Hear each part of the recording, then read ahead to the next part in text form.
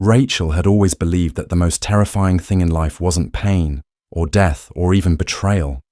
It was the future, the uncertainties of tomorrow. This vagueness could live in the shadows of a husband's eyes, behind the locked drawer he never let her touch, inside the pauses between his words. The unknown could sit across from you at dinner, smile sweetly, and promise forever, while hiding a knife under the table. Her wedding night should have been the happiest night of her life. Instead, as Jason's arm draped over her in the dim glow of their honeymoon suite, she stared at the ceiling with her heart hammering against her ribs. Something was wrong. Something had been wrong all along, only she hadn't allowed herself to see it until the ring was already on her finger, and by the end of the weekend, she would realize the terrifying truth. She hadn't just married the wrong man. She had married into a nightmare. The ceremony had been a vision. White roses, golden light spilling through cathedral windows, Rachel in her ivory dress, Jason in his tailored navy suit. Everyone had called them perfect together. Her mother whispered with teary eyes, "You finally found the man you deserve." Jason was everything a woman should want. Handsome, ambitious, attentive in all the right ways. He had swept Rachel into a whirlwind romance, a 6-month courtship that felt like a dream. He told her she was unlike anyone he had ever met, that he'd never felt so sure. He knew her favourite wine, remembered her father's death anniversary, sent flowers on random Tuesdays. And yet, there had always been cracks beneath the gloss. The first time he snapped, when she lingered too long chatting with an old college friend at a bar. The way his smile thinned when she spoke to male colleagues at work. His constant subtle reminders, "I'm the only one who truly understands you, Rachel." She told herself it was passion, intensity, proof of love. But now, lying beside him as he slept like stone, the shadows of doubt thickened. The first night passed without incident, except for Rachel waking at 3 a.m. to find Jason standing by the balcony, shirtless, staring into the black ocean. "What are you doing?" she whispered. He turned, startled. His eyes seemed darker than usual, almost empty. Then he smiled, that practiced, perfect smile. "Just thinking," he said. "Go back to sleep." She tried, but the unease clung. By morning, Jason was charming again. He ordered breakfast in bed, kissed her bare shoulder, spoke about their future house, their children. Rachel almost convinced herself she'd imagined the darkness. Almost. The first crack appeared on Saturday afternoon. Rachel's phone buzzed while she showered. Jason brought it to her, his jaw tight. "You have a missed call," he said flatly. "Who from?" she asked. He showed her. No caller ID. Rachel frowned. Spam, probably. But Jason's eyes didn't leave hers. "You didn't answer, right?" "No." He nodded, kissed her forehead and left the room. But later, when she checked her voicemail, her blood ran cold. A distorted voice whispered, "You don't know who you married, Rachel, but you will. Before the weekend ends." She didn't tell Jason about the message. She should have, but something in her gut screamed it would be a mistake. That evening, during dinner at the resort restaurant, Jason grew distant. He asked probing questions about her old boyfriends, her friendships, her financial accounts. The way he leaned in, the way his eyes gleamed, it didn't feel like love.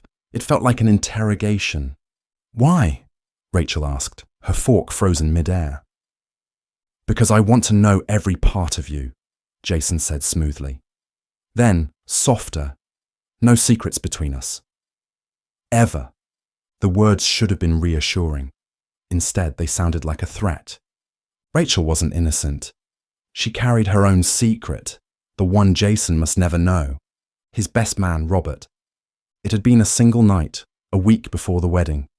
Too much champagne, too much laughter, a sudden kiss that spiraled out of control. The guilt gnawed at her even during the vows. but she had buried it deep, determined to start fresh. Now, though, with Jason's intensity sharpening by the hour, Rachel couldn't shake the dread that somehow he knew. Saturday midnight.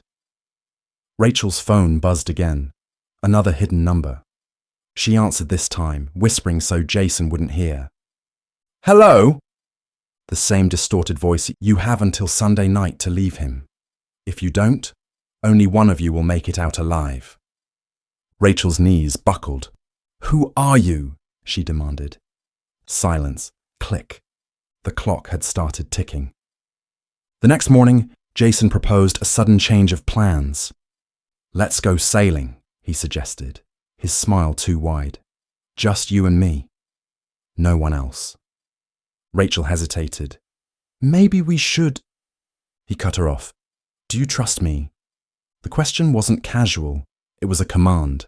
She nodded, heart hammering. By noon, they were alone on a yacht cutting through empty waters. No witnesses, no escape. As the sun beat down, Jason poured her wine. Too much wine. "You know," he said softly, "I can always tell when you're hiding something." Rachel's throat tightened. "I'm not—" Jason leaned closer. "I forgive you, Rachel. Whatever it is, but I need the truth. If I find out another way—" His smile thinned. "It won't end well." Rachel's pulse raced. She wanted to confess, about Robert, about the calls, but fear locked her tongue. Instead, she whispered, "There's nothing." Jason's gaze hardened. For the first time, he didn't kiss her. That night, while Jason showered, Rachel hacked into his phone. Desperation overrode fear. Her hands shook as she scrolled, until she found them.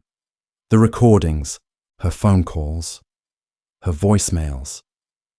Robert had been the one calling her, distorting his voice, trying to warn her. Her blood iced. She slammed the phone shut just as Jason emerged, towel around his waist. "Everything okay?" he asked. Rachel forced a smile. "Perfect." Sunday dawned thick with dread. Rachel tried to play along, smiling, holding Jason's hand, but the air between them throbbed with menace. At brunch, Robert appeared. He had come to check in after the wedding. Jason's jaw tightened, his arm coiling around Rachel possessively. Later, Robert slipped Rachel a note under the table. "We need to talk. Alone." By evening, Robert had vanished. His room was empty. His luggage was gone. The staff swore they saw him leave with Jason. Rachel confronted her husband.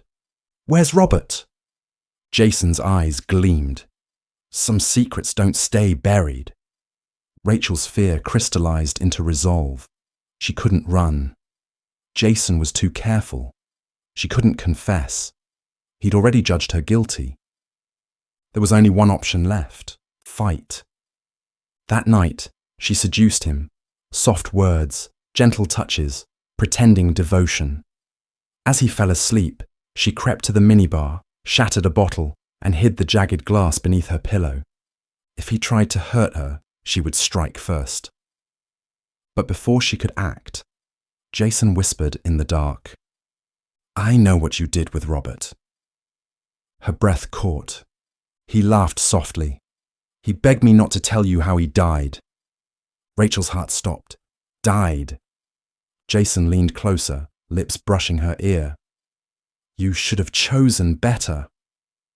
Rachel struck. The broken glass sliced his shoulder. Jason roared, slamming her against the headboard. They struggled, a savage ballet of love turned war. Blood slicked the sheets. Rachel clawed, Jason pinned. The fight blurred into sobs, screams, whispers of devotion twisted into hate. "You can't leave me!" Jason thundered. "You'll never own me," Rachel spat. At last, Rachel drove the shard deep into his chest. Jason gasped, eyes wide with shock, and something darker. A smile. "Now you're just like me," he whispered. Then he fell still. Rachel staggered from the bed. drenched in his blood.